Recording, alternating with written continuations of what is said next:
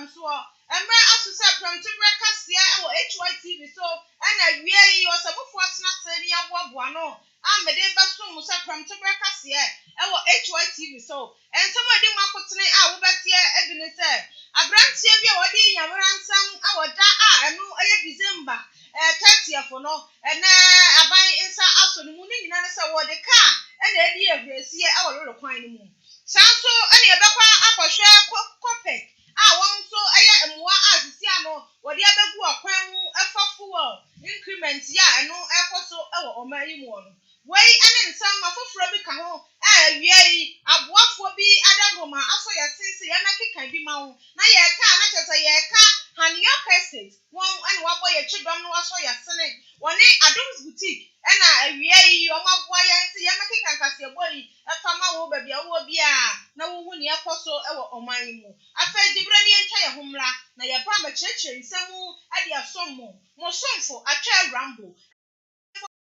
mina awien bakin kan bie na me dia mawo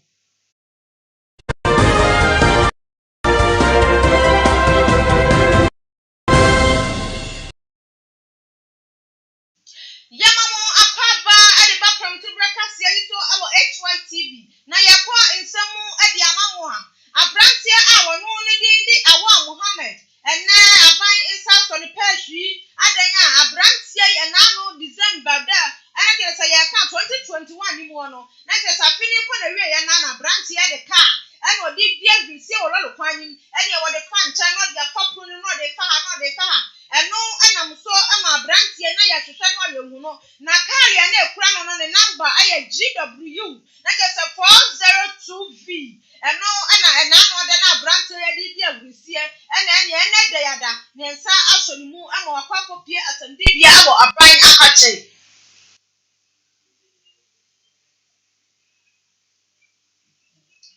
Yesu akasi abane so adi amamo na yenche bia na jana ne 3190 na kesa amanfo nsole ne ahemfo wonyina de wo hudimu ene wo konsole abie na no ana asante hene na kesa wote kwakwaso wo suma ne hora yi na yifo na kesa ni chief nkwato ya wo ne mu ebu omanyi wo suma won se won konkopie mu ewo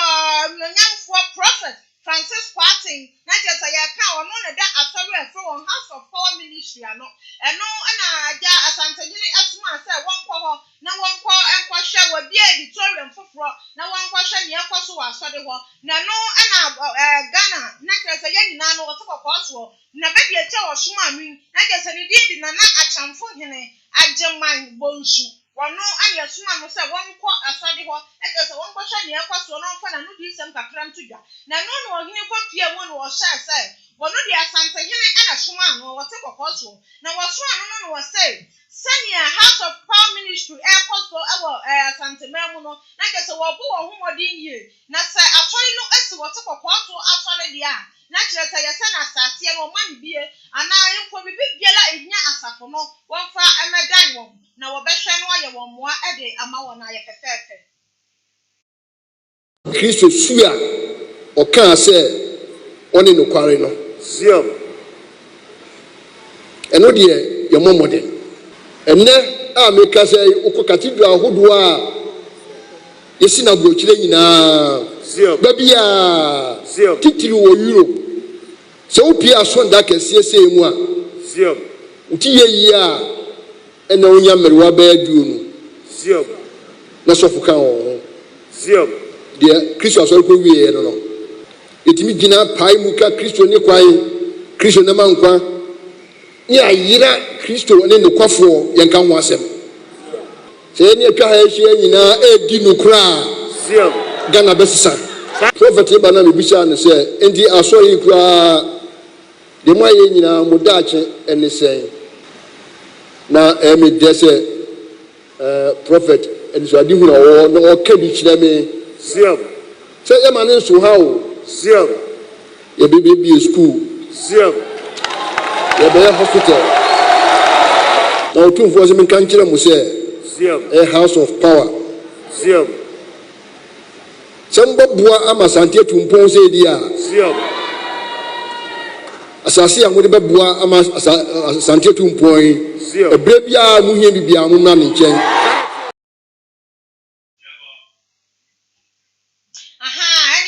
kyerɛ sɛ Prophet Francis Kwasi wɔne ne ho kafoɔ ne yɛhwɛ wɔn nso wɔgye akunya mu no na kyerɛ sɛ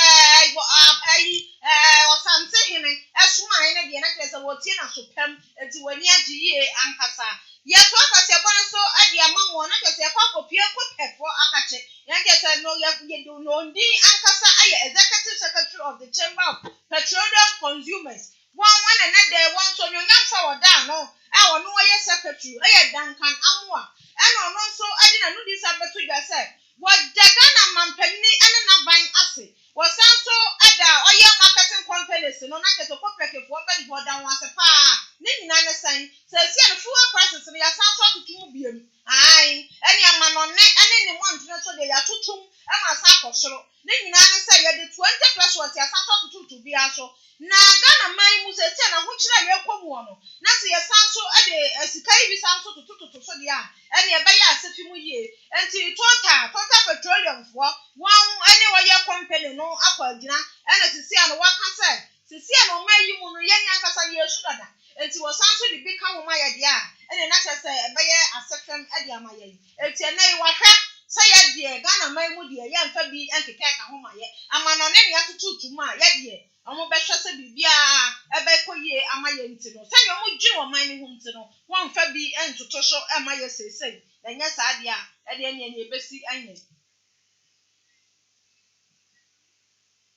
yɛtoa so ɛde ama mo na ɛno ne ɛsiesie deɛ bɔ aporo no yɛkɔpiem ɛwɔ Ghana kɔkɔ bɔ no kyerɛ sɛ ɛkɔ no deɛ ɛsi ano ne ɛkɔ soro deɛ yɛ asefo na yɛ awerɛhoɔ wɔde nyina ne sɛ yi mmerante a wɔn ɛne wɔsoasoa kookoo no ɛde boa aban na kyerɛ sɛ yɛka deɛ bɔ ɔmo a wode kookoo no kɔ hɔ a ɔmo kari no na ɔmo soa ɛde kɔ ewurum hɔ de kɔgu hɔ ma yɛ no wɔn na wɔresuo ne nyina ne sɛ yi dɛdɛɛdɛ nyina saa wɔsoa kookoo na 65 pesos ɛna saa yɛde ma wɔn sika ne nduru 1 cedi mpo na kyerɛ sɛ wɔbi nsoa kookoo ɛnte sɛ ɛwɔ ne tiri so na wɔwia ne sika ɛbɛkeka akɔ mu hɔ no na kyerɛ sika ketekete deɛ ɛna kyerɛ sɛ yɛ awerɛhoɔ ankasa ɛno ntiri wɔn nso ɔyɛ kyerɛ sɛ sisi a de kɔkɔ bɔdfoɔ ntena se sɛ wɔn no wɔn sika no ɔbɛtum na akɔ 1 cedi wɔsoa baako bi a 1 cedi sɛ wonim sɛ wɔsoa baako na sɛ wɔmma ne 1 cedi ne bi a ɛdeɛ wɔnyɛ ready sɛ ɔbɛyɛ adwa no de aboa ɛno nti public affairs manager a ne din ɛde fifi boafo wɔno ne nɛ nso wɔka nsɛm sɛ wɔno deɛ wɔsrɛ mmɔfra wonya ahomatia mmeranteɛ yi monka wɔkoma ntom yam na wɔn ankasa no mode akɔ adwindwinim sɛ mo sika na ɔmode ma mo ne hwa enti wɔn ankasa bɛhwɛ sɛ ɔmɛtoto mu de ama mo enti no mode monka wɔkoma ntom yam enti sɛsi a ne deɛ yɛahyɛ mo bɔ yɛsɛ mo ntom mo bo na allowance bi a mo hia no yɛde bɛma mo enti wɔn mo nkɔ strike nyɛ saa deɛ yɛ wɔn mo srɛ mo na kyerɛ sɛ yɛatoa so asan so de mo akɔ na yɛkɔ akɔpie Ghana Armed Forces foɔ akakye ne nyina ne sɛn aberanteɛ bi a wɔno ɔyɛ flight sergeant na kyerɛ sɛ yɛka wɔno deɛ wiemhyɛn no ɛna kyerɛ sɛ ɔno ɔyɛ sergeant wɔ mu ɔsan so yɛ Armed Forces foɔ yi bia na ɛno na aberanteɛ ne din de Nicholas Owusu Frimpong ɛna n'ano sɛ 31st yi na kyerɛ sɛ yɛtututuo na kyerɛ sɛ ebi mo nso to knockout ne a ɛyɛ akɛseɛ na aberanteɛ woyɛ sergeant na sɛ woyɛ sogyani a wotuo na yɛde ama wo sɛ fa kɔ akono anaa nkwasɛm bi si a ne wɔapagya no ɛno ɛna aberanteɛ wɔno deɛ wɔde gya 2021 ne kwan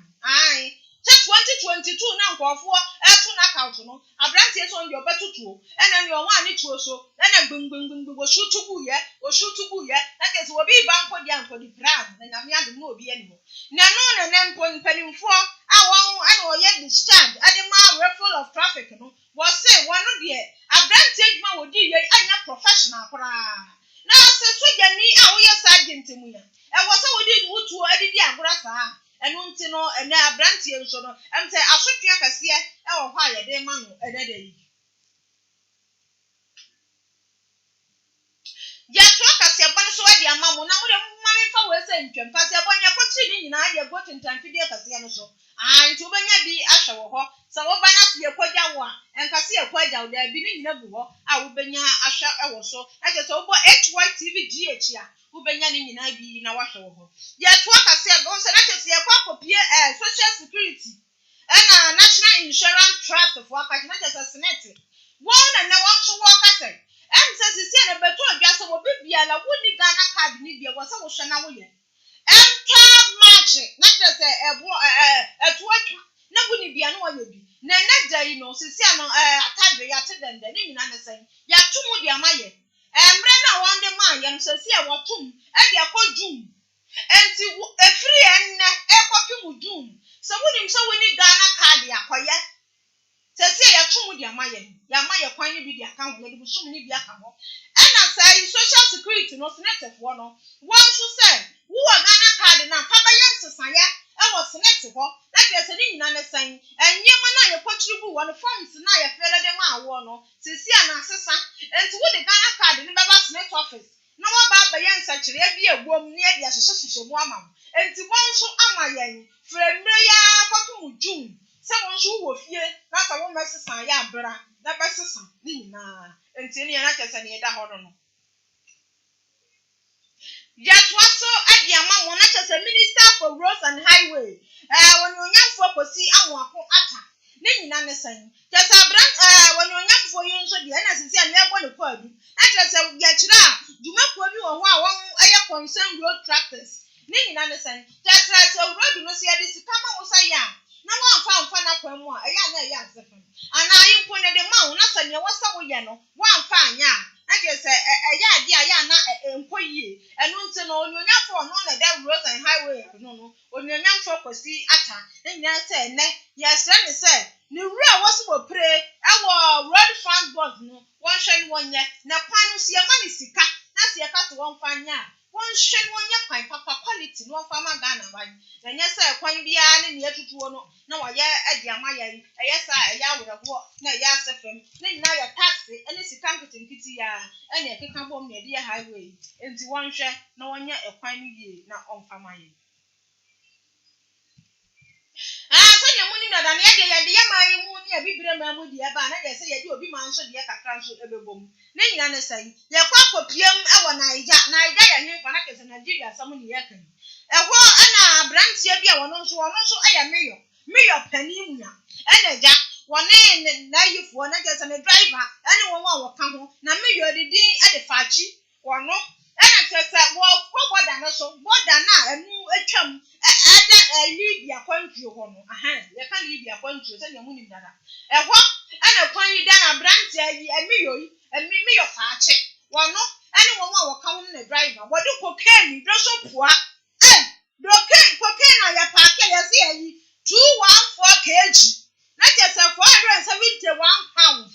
cocaine krope no eno ana omodi akwakofa border no so wode kwa Libya ene ne aban insa so ne mu ewo Nigeria ho enti won so no na kete won so te wo man yi mu na so won so ye bia Nigeria ho de nya akwakofa ba ho no ayo na hwefo mo fe nyoko ken ketwa wode gu ne ka mu de so boa miyo ya ene wode ko na kete nti ka ya nchi no border no so dia na ne wode akodru ho sika buburo ne gu ho no ane eti ane ne de aban insa so ne perchi a wo no so ya chim ana bre ade kwan mapram to bre kasia e wo HYTV so no medemo ebesi asayie na kete me ka akasa bonu ne di mo akotene ne nyina ne se kopekfo a ono onyamfo o ye dankan amo a eda ano na kese ne bo stress kese marketing no mu ye adini nti no kese ya tetetefu wo no so ya tutututum na Ghana mayi mu de ya mfa bi anka ho amaye ne nyina ne se kese ne ankasa na jasika ye di big mampo ye ne bi ni asanso betutumu bi amaye enti ya na de ya da mase an baby amu wo bia ya kasa mo ya ade se mo adwen wo man yi ho na mamfa bi anto so amaye kokko bodofo anso na ja emranti e won so ehwo kokko no de maye sika wodi man de se wo die no onso se wotie won so frɛ enti obehwe no aye nsakire ye ade ama won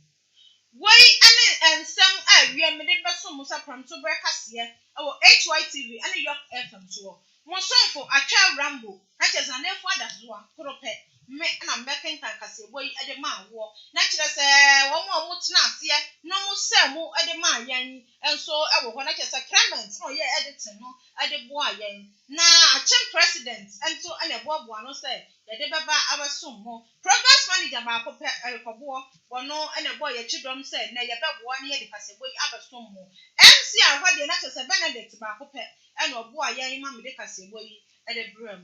medam ase ade hye dakram